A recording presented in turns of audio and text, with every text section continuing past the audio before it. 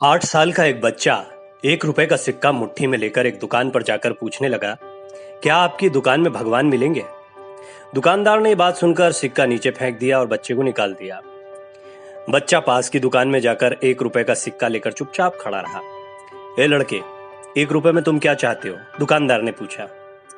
बच्चा बोला बड़ी मासूमियत के साथ, मुझे भगवान चाहिए, आपकी दुकान में है? दूसरे दुकानदार ने भी भगा दिया, लेकिन उस अबोध बालक ने हार नहीं मानी। एक दुकान से दूसरी दुकान, दूसरी से तीसरी, ऐसा करते करते 40 दुकान पर वो चक्कर काटने के बाद एक बूढ़े दुकानदार के पास पहुंचा। उस बूढ़े दुकानदार ने पूछा, तुम ईश्वर क्यों खरीदना चाहते हो? क्या करोगे ईश्वर का? पहली बार एक दुकानदार के मुंह से ये प्रश्न सुनकर बच्चे के चेहरे पर आशा की किरणें लहराईं। लगता है इस दुकान पर भगवान जरूर मिलेंगे। बच्चे ने बड़े उत्साह से उत्तर दिया, इस दुनिया में माँ के अलावा मेरा और कोई नहीं है। मेरी माँ दिन भर काम करके मेरे लिए खाना लाती है। मेरी माँ अब अस्पताल में है। अगर मेरी माँ मर गई तो मुझे कौन खिलाएगा? डॉक्टर ने कहा कि अब सिर्फ ईश्वर ही तुम्हारी माँ को बचा सकते हैं। क्या आपकी दुकान में ईश्वर मिलेंगे? हाँ मिलेंगे। कितने पैसे हैं तुम्हारे पास? दुकानदार ने बच्चे से कहा। सिर्फ 1 रुपया। कोई दिक्कत नहीं, 1 रुपए में भी भगवान मिल जाते हैं।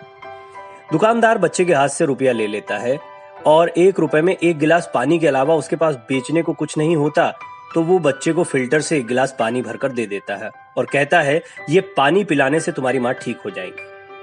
अगले दिन कुछ मेडिकल स्पेशलिस्ट उस अस्पताल में गए। बच्चे की माँ का ऑपरेशन हुआ, वो बहुत जल्दी ठीक हो गई। डिस्चार्ज के कागज पर अस्पताल का बिल देखकर उस महिला के होश उड़ गए।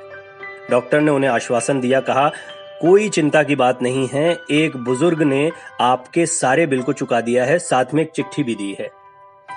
महिला चिट्ठी खोलकर पढ़ने लगती है। उसमें लिखा होता है, मुझे धन्यवाद देने की कोई आवश्यकता नहीं है। आपको तो स्वयं ईश्वर ने बचाया है।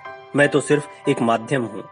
यदि आप धन्यवाद देना चाहती हैं तो अपने अबोध बच्चे का दीजिए, जो सिर्फ 1 रुपए लेकर ना समझो के बीच भगवान को ढूंढने निकल पड़ा।